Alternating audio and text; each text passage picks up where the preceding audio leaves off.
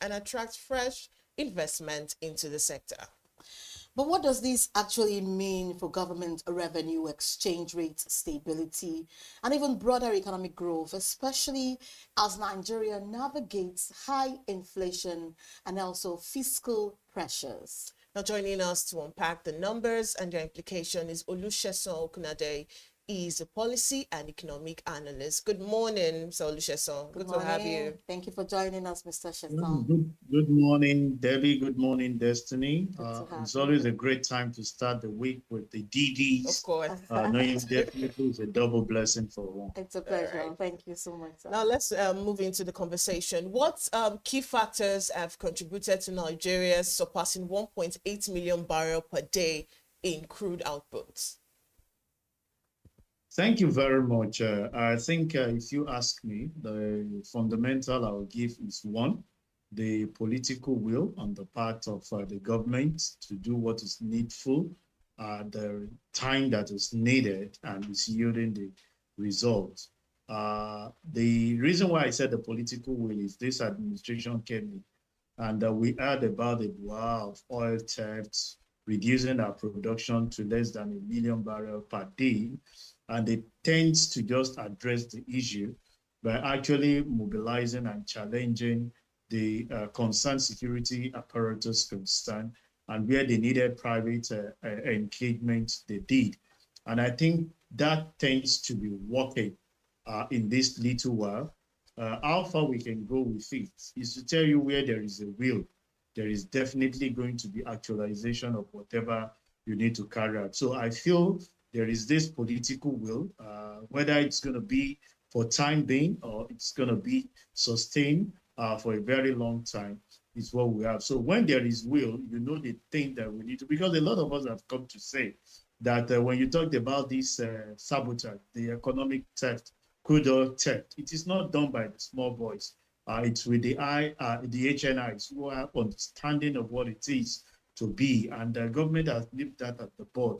I wish we could move further away from here, which would definitely be to the benefit, not only in the area of revenue generation, but at least to increase our domestic production, which will give room for more other people to actually go into the business with the availability of the crude. Now, so how sustainable is this current production level given ongoing security and infrastructure challenges in the Niger Delta area?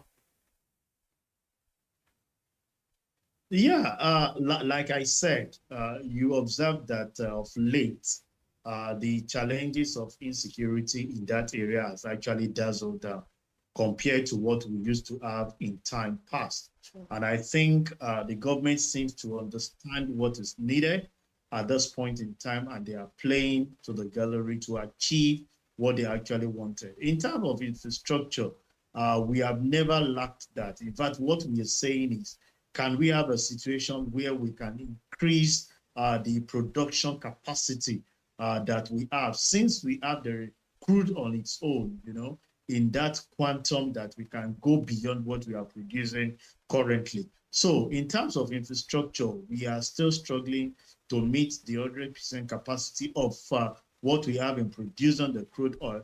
And there are still vast opportunity to actually produce that. So I feel, like I said, the political will on the part of the government had addressed the major issue, which is insecurity.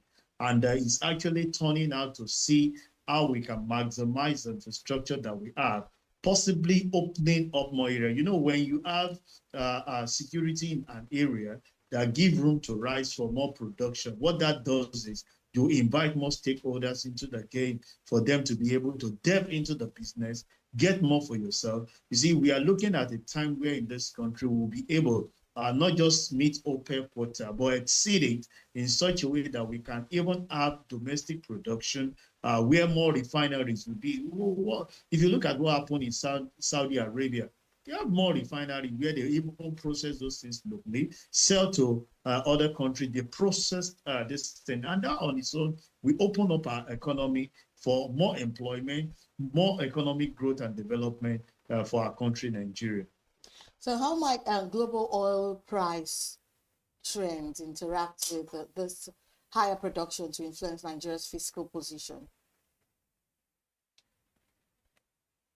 Yeah, you see, it's a plus. You know, we are not the only one in the market as we speak. So definitely, if we have more production, is a plus on our path to say that whatever the fluctuation of the price is, because it's really not being managed by us, it's been regulated by the world oil producing nations to regulate what the supply looks like.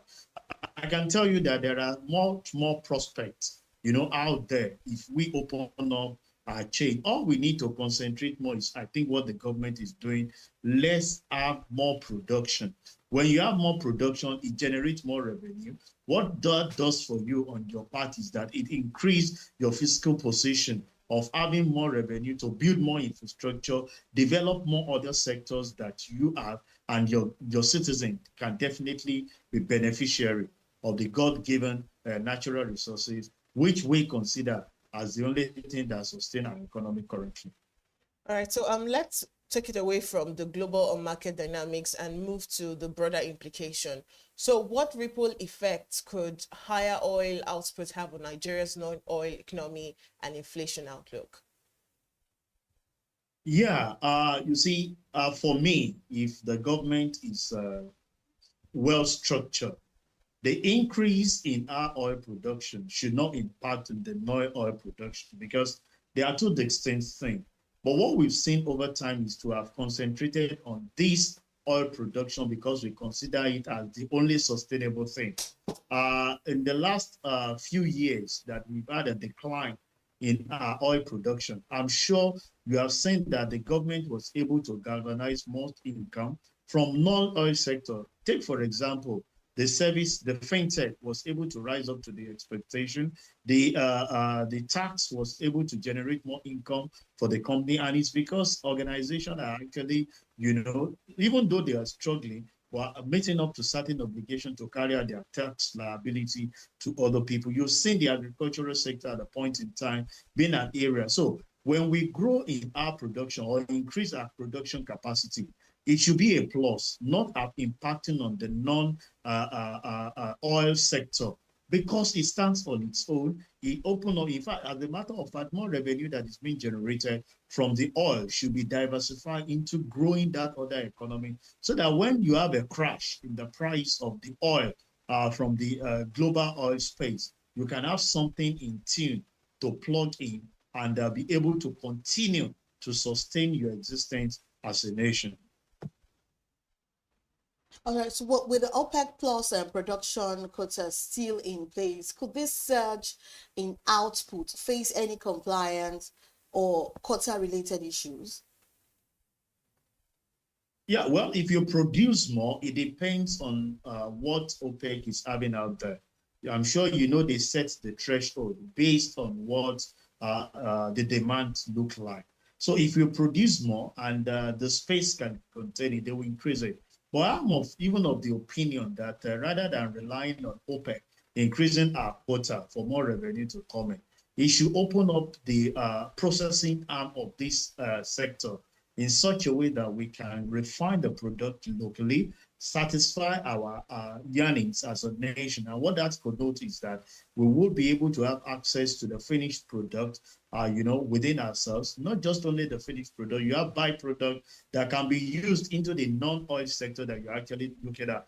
I'm sure you know from when you process product, you're able to have access to fertilizer, which can assist and aid your agricultural app. You have bitumen being concealed out of this, particularly as a byproduct. You have jelly. So what that does is that if you are refining this locally, all other products that are actually being, derived from this processing of product can be used for the non-oil production sector and grow the economy with.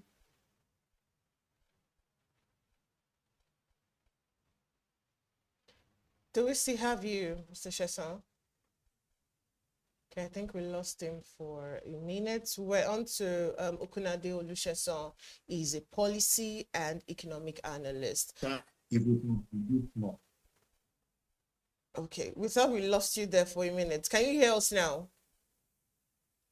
Yeah, I can hear you. I can hear you. All right, so finally, in your view, what policy or investment measures are needed to maintain or even grow production in the medium term? Yeah, well, the area I will speak to is area where it's very critical to me, security. You see, no country grows where there is insecurity.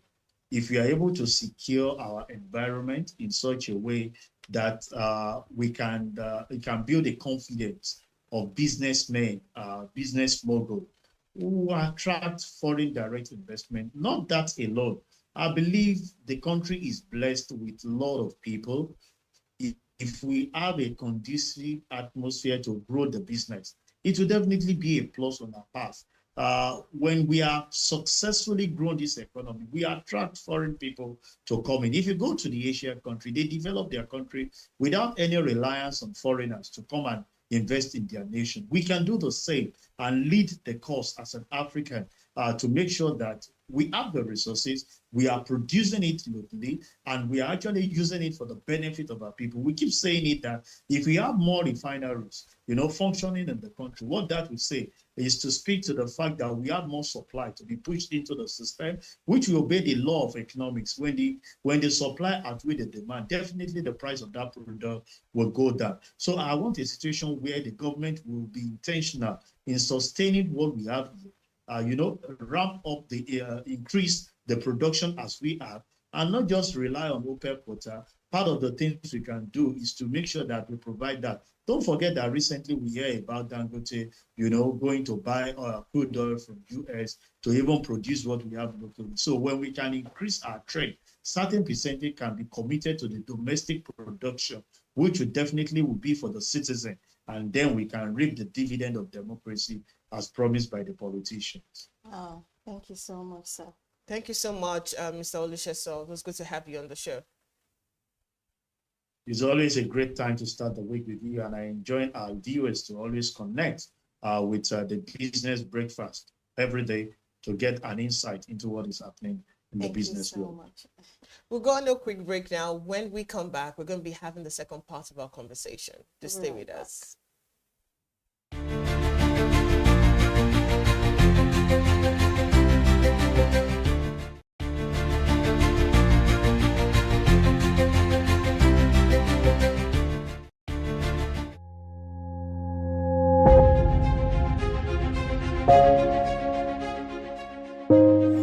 Good morning and welcome to the BDTV Breakfast Show. I am Bethel Ogujabi. My name is Elizabeth Musa. And this is the social listening segment on the BDTV Breakfast Show. We're talking about the Fly Nigeria Act. Can you give us a background into what this is about? We are here today on the streets of Lagos, Nigeria, to gather opinion about a pressing issue. I go look at the cost of petrol. We get very Nigeria with the suffer. The income is not really increasing, but the prices of items are increased. Nothing like service again. No. You only pray for that money to reach you that month. There's a lot of high pressure, a lot of stress. There's a lot of high targets to be met. I was quite strict. In my mind, I said, looking for my hand, my picking go spoil.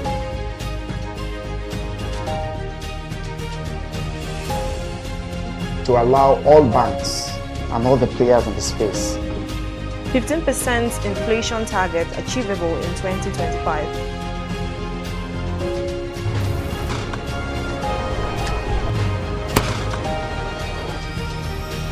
The command and vision philosophy of both the Chief of Defense Staff, the Chief of Army Staff, and indeed all the service chiefs.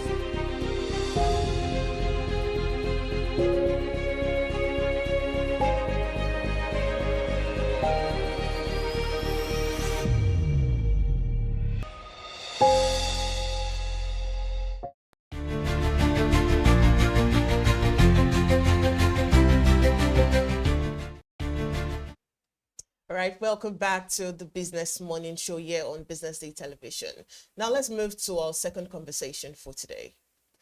Now, the real estate market in Nigeria faces several challenges, including infrastructure deficits, regulatory hurdles, high construction costs, and even financing constraints. Additionally, issues like unclear land titles, fraudulent transactions, and market volatility also pose significant hurdles for both buyers and sellers. Inadequate infrastructure, such as poor road networks, unreliable power supply, and insufficient water and sanitation services, hinder property development and affect property values. Regulatory and legal issues, complex and inconsistent property laws, land tenure issues, and bureaucratic red tape can delay project approvals and increase costs, deterring potential investor and developers. And now, unclear land titles, many properties have disputed ownership or lack proper documentation, which is leading to legal battles and financial losses for buyers. Fraudulent transactions, fraudulent land deals, and also title issues are also a concern, requiring buyers to conduct thorough due diligence and also seek professional legal advice. Joining us to unravel the real estate sector is Mr. Bright Okereke. Is the CEO and co-founder Flinks Reality. Good morning, Mr. Bright Okereke. Thank you for joining us on Business Morning this morning. You're welcome, Mr. Bright. Hello, Thank you. morning. How's everything? Fine, Very thank well. you. So now, very quickly, how do inadequate road networks, power supply, and even water systems impact property development and values in Nigeria? Most properties that we do build, most times if the road is not done well, it reduces the value you can sell. And the interesting thing is, regardless of where you are building, your construction cost remains the same. So if the road in that area is not good, you would have to fix it yourself so that you can sell at a good value. This is something that recently happened to us. We had to do the road in front of the property we got to develop. So it affects the value significantly. You will not be able to sell at a good price. Okay, so what role can public-private partnership play in addressing Nigeria's real estate infrastructure deficits? What the government can do is be open to private individuals fixing some of the problems. Like a lot of times, I don't think people would mind building the road themselves if the government will allow them. Many times, if you say, okay, I want to fix this road myself because I have this project down the street that I want to be good, they won't allow you. The politics to even do it, even though you are willing to, is way too long.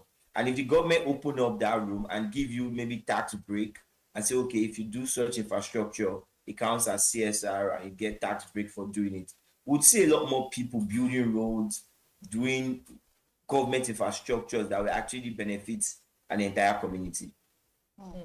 So now, how do inconsistent property laws and even bureaucratic bottlenecks affect real estate investment timelines and costs? One of the major ones is when it comes to documentation of land, processing of approval, all those things. It makes it a lot harder to start and finish a project on time. Like we have a project we wanted to start this month, but we can't start it because the approval process is still being processed and it will take maybe another month or two for it to work. So it makes it a lot harder. And one thing in business that's very good is speed. If you can do things fast, you will get better results, you'll be able to make more money, and your customer will be a lot happier. And we don't get that speed from the government. Okay, so what reforms do you think are necessary to streamline property registration and project approval process in Nigeria? It's just one reform will do it. Take everything online. We're in 2025. There's no reason why we should still be relying on people moving paper from table to table. Let everything be online. We have AIs, we have very complex technologies that could handle these things and reduce the timeline. Something that would normally take like 4 months to do, you can do it in 2 days if you have the right technology in play. And it's not something that will cost us a lot to do. It's just something that if we're intentional about it and we design a good process, we would have it done. And approval can take 48 hours or a week max if you put technology and include all this AI and whatnot to work on it. Wow, well said.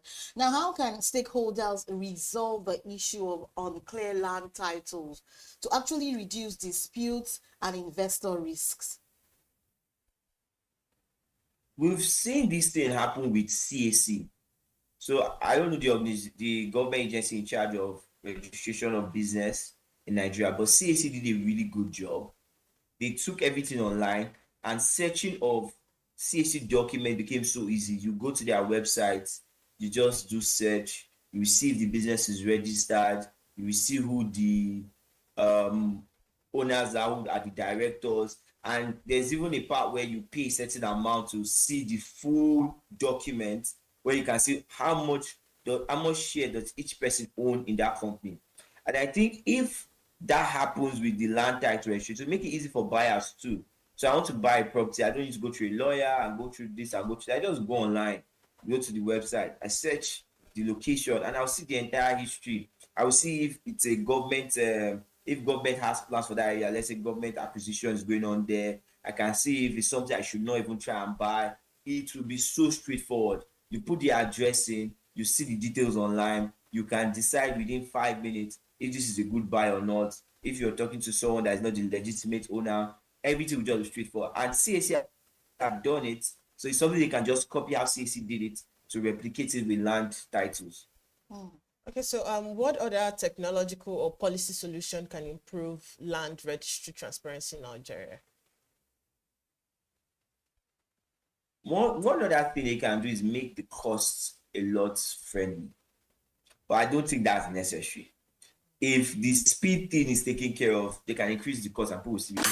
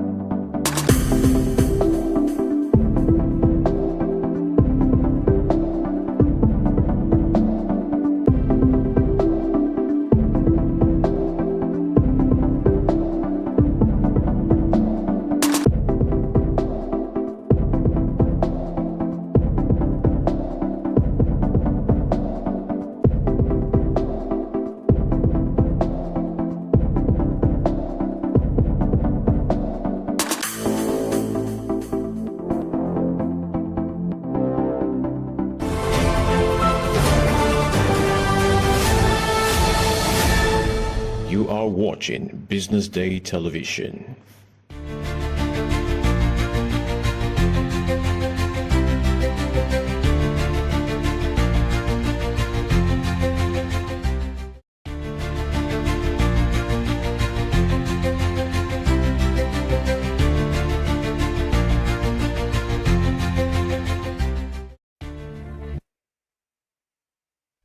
Welcome to the social listening segment right here on the BDTV Breakfast Show. This is where we break down some of the stories making the rounds on social media. I'm Elizabeth Musa, and of course, joining me this morning. Anyaka Valentine. How was your weekend? Let me start by asking that. Well, good enough. We not jackpot from Lekki. You know. Because, what does that mean? You know, last time I was here, I had my bag with me. I changed my mind. I felt okay. Let's just give it a try and see. That means you want flood to disturb you because there was a reason for the bags. Yes. So I mean, truth be told, at the end of the day, you look at it and say we are resilient in nature. For what is worth, we'll find our way. Even if it means us buying canoes.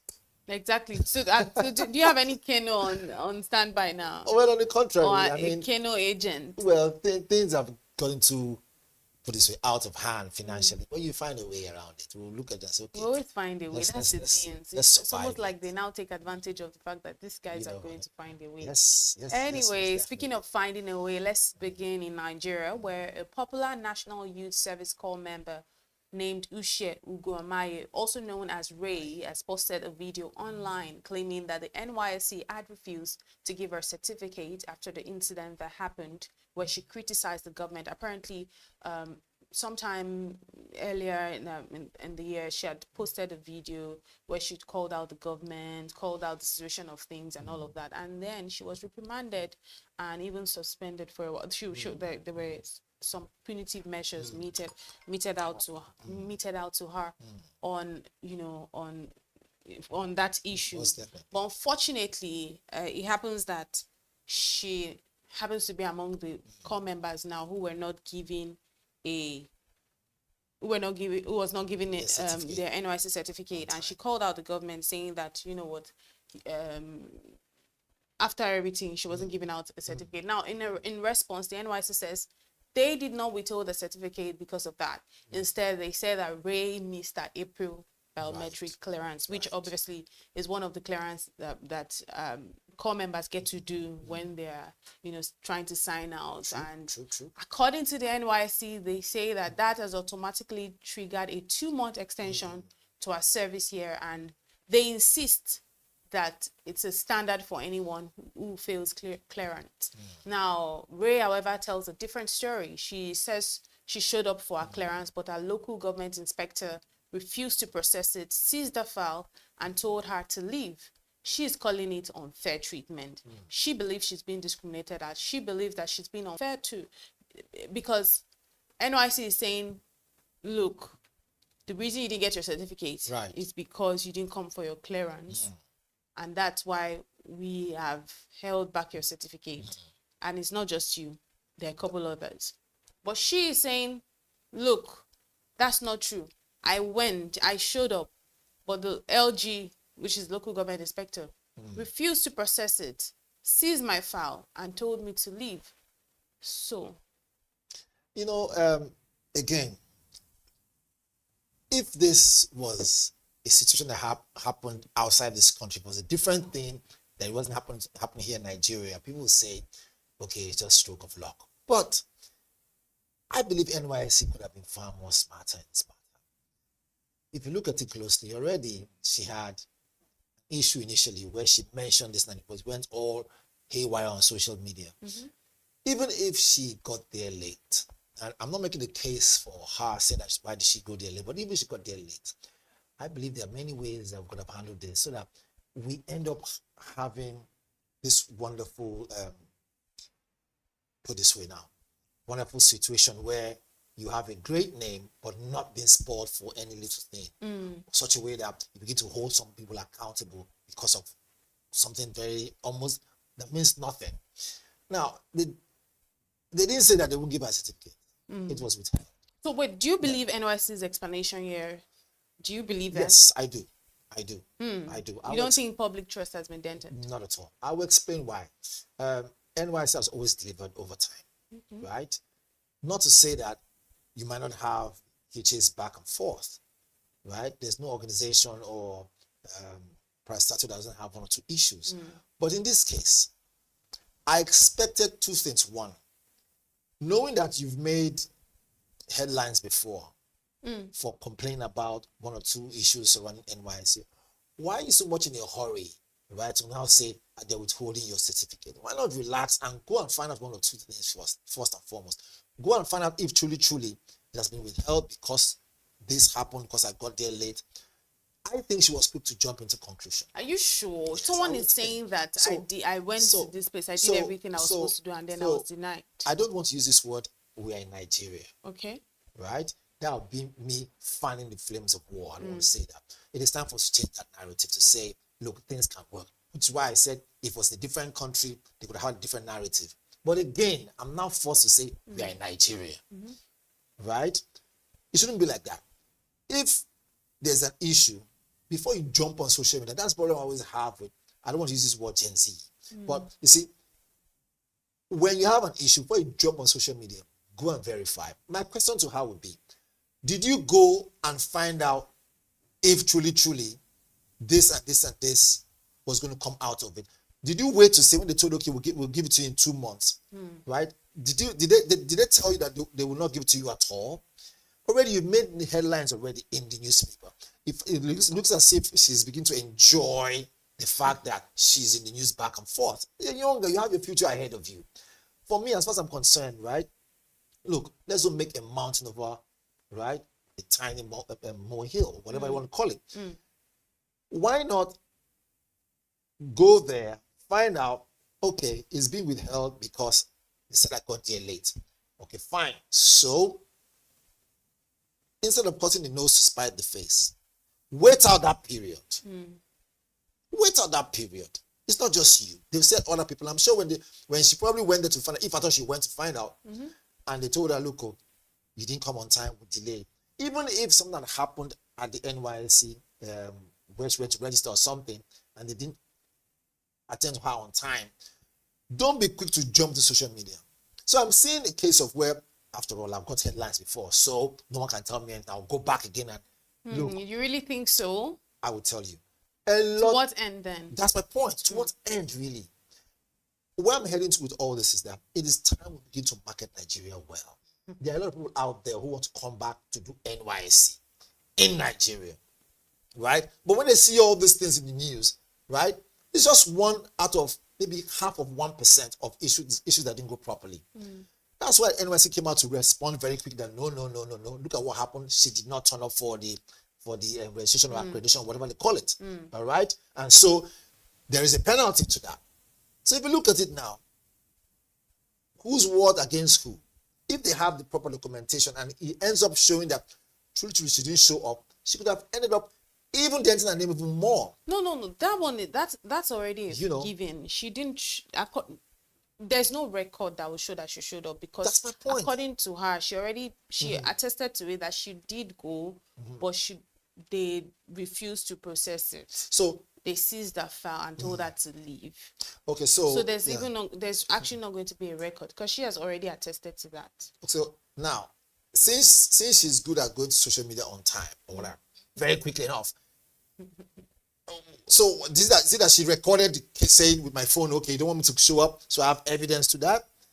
Let's see the evidence now. You're asking her to bring evidence. Let's see the evidence. If she had carried a phone there now, wouldn't that be a problem? They would say she's violating their privacy. Come on now. How are you saying does she have evidence? Well, give and take now.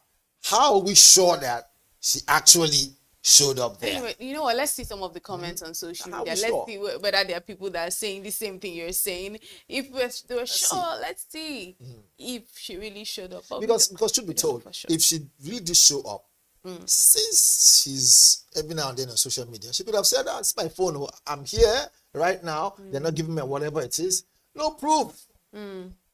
Right? Right. Anyway, that's a comment from Realza. Realza says, we all know this is just a front to cover up the real reason. Spoke against the government. The young brave girl has been through enough already. If the scheme truly really embodies nurturing the youth for the future, then a certificate should be given to her. There's something I want to say quickly before we continue. Okay. Now, they are not saying that we will not give you a certificate. We are saying we will delay it for some months. Because not just you, other people. Now, like I said before, I expected her to maybe could have said, look, let's just wait out these months. 2 months, right? It was not 2 months, they said? 2 or 3 months. Wait it out. Because getting back to the news again, you will drag a lot of other people's attention to you. Say, this lady again. When we first heard about her in the news, I asked him, why now? Why would this happen? Now again, back in the news. No, but she's still getting sympathy, obviously. That's a comment from Blessing. Blessing says, she said the LGI kept on telling her to go to the back of the queue during April biometrics. And when she was the last one standing, the LGI refused to clear her. Who is lying then? Question. Like Val said, maybe she should have made a video. Yes, made a video. Let's see if we have social other media, comments on social media. OGB says, in a working country, all NYSC serving call members will boycott next month clearance in protest for this lady. She's one of the reasons they are being paid 77,000. But we all behave like, in Fela Kuti's words, zombies. Remember, LGI purposefully made her miss April clearance. So, what I've said is not to put her under the bus. No, she has the right to complain about it. But I want evidence. That's why we're in the business of media, where before anything is said, let's see evidence. Even if she says she wants to go to court and talk about it, they'll ask you, okay, do you have evidence that you even showed up? Right? Do you take pictures? Do you take videos? I don't think someone could have stopped her from holding a video to record and say, I'm on the line. You think so? Who would want to do that? There's no, so truth be told, there is no law that says that you shouldn't record some certain things. Unless maybe you are in an area where they say, look, this is prohibited. But I don't think that was the case there, right? So let's assume that she was correct. Let's assume that she said the right thing. Let's assume she showed up there. So it's her word against theirs. So like the last commentator they said, or one of the last social media person, right? What was is that Akin Sote or something? No. The person before Akin Sote had mentioned that some had said what she was saying. So just the way he said, look, who do we believe now? Who said the truth? Which is why before OGB, before jumping into social media, it's called social media for a reason. That evidence. The first time she was in the news, okay, everybody she drew a lot of sympathy. Everybody said, look, give and take. Oh, sorry about this. Why now? Why is this happening? No, everyone had fingers pointed at NYC, as the case may be. Now, you've said this as a follow-up. Is it that she enjoys being in the frontline news? I mean, and don't forget, Fallon has spoken about it, said no, that she shouldn't victimize her. Former president of Nigeria, former vice president of Nigeria, Atiku, has also said something too. It now begins to look like, wait a minute, whatever it is, let's just throw it out there and then social media will throw in their own judgments. I think it's also a reminder for young people to, there's a fact that what you have is social media. You have this clout on social media. You lack attention at home, and that's where you get your attention. Then you feel like you want to create content or do things anyhow. But there's also wisdom in the use of social media. I think that's something everyone can learn from this apparently. But there's also freedom of speech, which everyone has the freedom and right to. But I think that sometimes young people, when they're talking, when they're speaking, they don't even have the right understanding of what they're saying. So even if you want to come on social media to speak, you have to have the right understanding of what you're saying. Because when you have to face it, all these people on social media, you are going to fight your battles alone. That's a given. Which is why we have to be objective with how we approach the matter. If you notice, I'm not allowing my emotions speak. I'm speaking from an angle of facts and figures. Fine. If this happened, do you have proof? If this was a court of law, the first judge will ask you, do you have proof that you even showed up? Do you have videos? Do you have pictures? This is how anyone who is reasonable will follow through. I would not jump on the bandwagon saying, oh, there she goes again. They're treating her badly. No. And I find it funny when, I see young people do things like this, and it's a little bit laughable because they can go on this spree of noise. I call it a noise-making spree, because at the end of the day, just like you said, and then they try to play this victim mentality, because at the end of the day, when it comes down to integrity, you're probably in the wrong. Like, you don't have any facts and figures to it. So it's not about just playing like just being like supposedly a barbarian, and really. From the first time she was in the papers to now, her following has actually increased. That could also be something. So now that could also be the issue where, hold on a minute, I've seen, maybe to her, I might be wrong or right, but look, I'm not a public figure. Yes, these the people now say, look, anything for the clout. Yeah. Even those who went and weighed into that comment, they started getting followings too. For me, it now looks as if, look, for what it's worth, whatever that comes up. Let's just be in the news constantly. Come on.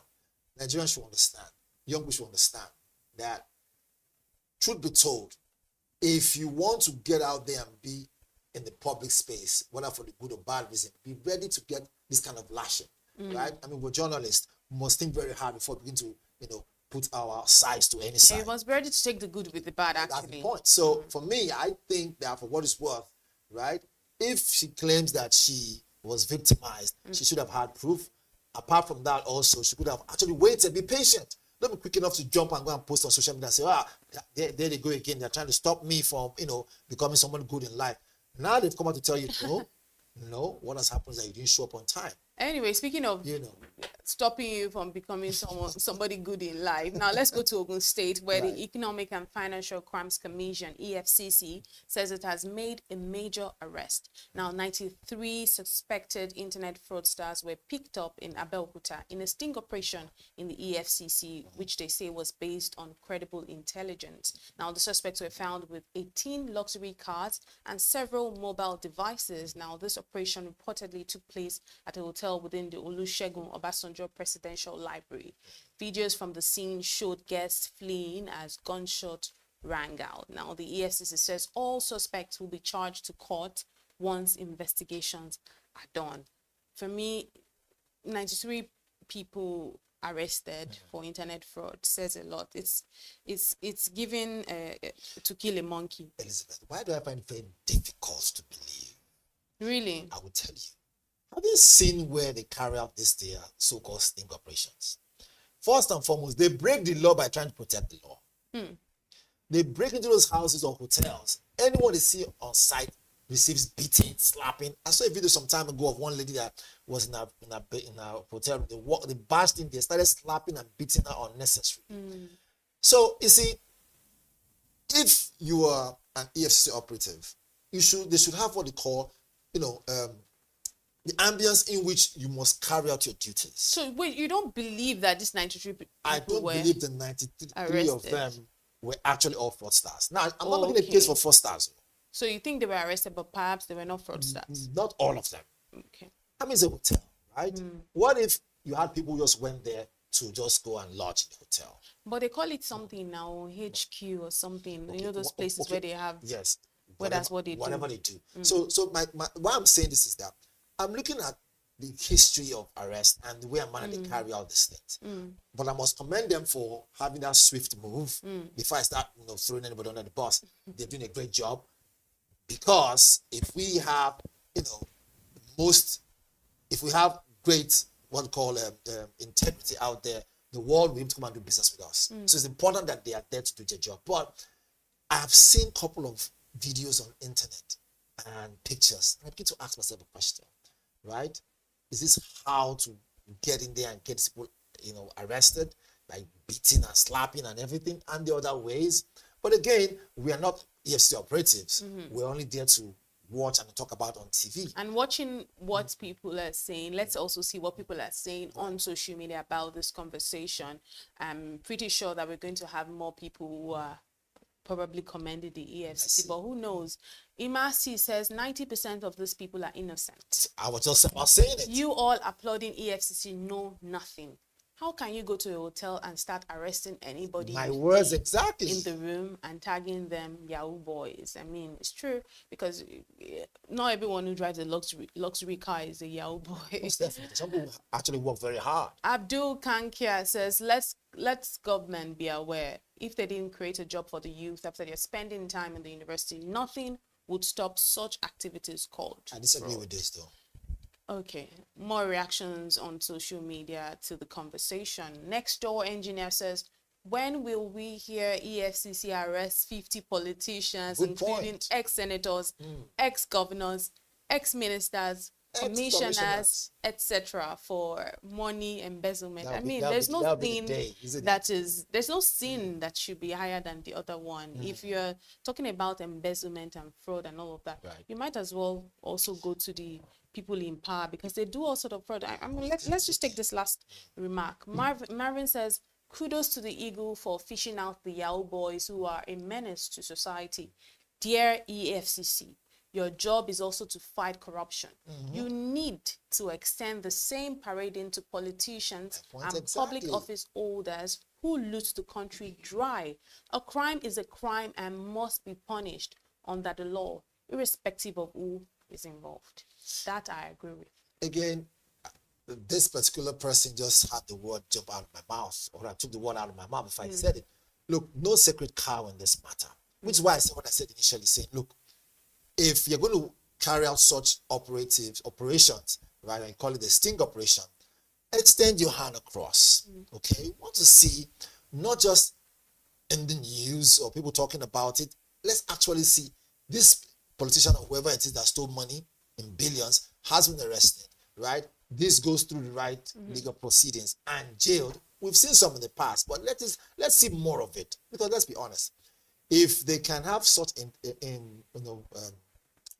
information about these young boys, since they have information about the big ones who are there, most of them actually work for these big ones also. But again, we must commend the fact that keeping our cyberspace secure is very important. This issue of fraudsters is becoming something else that the world finds it difficult to do business with Nigerians. And most of these people get away with it. So first and foremost, I want to commend EFCC, right, for doing a great job. But in doing your job, make sure you get those who are actually responsible. Don't go and say, you know what, this whole area, generalize everybody and then sweep everybody, and then at the end of the day, you have, like that one I already said, 90% of them could be innocent. Again, let it be that your information is intact, so that when we come on TV as media people to talk about it, we are sure that whatever we say, because make no mistake, the job of the media influences a lot. We can actually, without even knowing it, absolutely, sway the minds of the public. So we must be sure that these people, like something of them, were actually fraudsters. And if you're going to have them, arraigned in court, let all information be correct. So when we come out, we're giving the public the right information, because anyone can be watching from anywhere around the world and see that, okay, Nigeria cannot be a safe place, or it's becoming a safe place to do business, and not worry about, oh, do I pay for this online and get scammed? Am I opening the right portal? Should I open my email? Or all that kind of problems that people face around the world, and almost want to tag Nigeria as the fraudster nation and that kind of stuff. No, we have some hardworking Nigerians. So EFCC, they're doing a good job by making sure that all these so-called Yahoo boys or whatever it is, or fraudsters are arrested. However, having said so, let the ones who are guilty be the ones that will go to jail, not innocent people, not those who will become victim of circumstances. And again, I don't want to see, rather we don't want to see, quote unquote, the case of animal farm, right? All animals are equal, but some are more equal than others. No, extend that hand to even those in the, in power. Absolutely. If they do that, of course, round of applause will never stop coming, as I keep on saying. Right. That's right. So it's not just the people that are on the that's my point. The Nepo or That's Lapo people that extend will the now cross, not even and when someone is now innocent, let the EFCC also come back to say this person was innocent, and so we want to apologize for the embarrassment stuff. So people will now begin to gravitate towards them. Say, oh, wait a minute, they found out that this person is innocent, so we are apologizing for kind of certain thing, and let us some compensation, because a lot of innocent people have died there also. There actually has to be thoroughness across the board, from the people that are struggling, the citizens, to even the people in power. There needs to be some sort of thoroughness, even if you're trying to make sure that you filter corruption, filter fraud. The fraud is also at high levels, so certainly there needs to be a lot more checks in that area. But that's where we leave it today, right here on the Social Listening segment. My name is Elizabeth Musa. I'm Onyeka Valentine. Stay with us for the news at 11.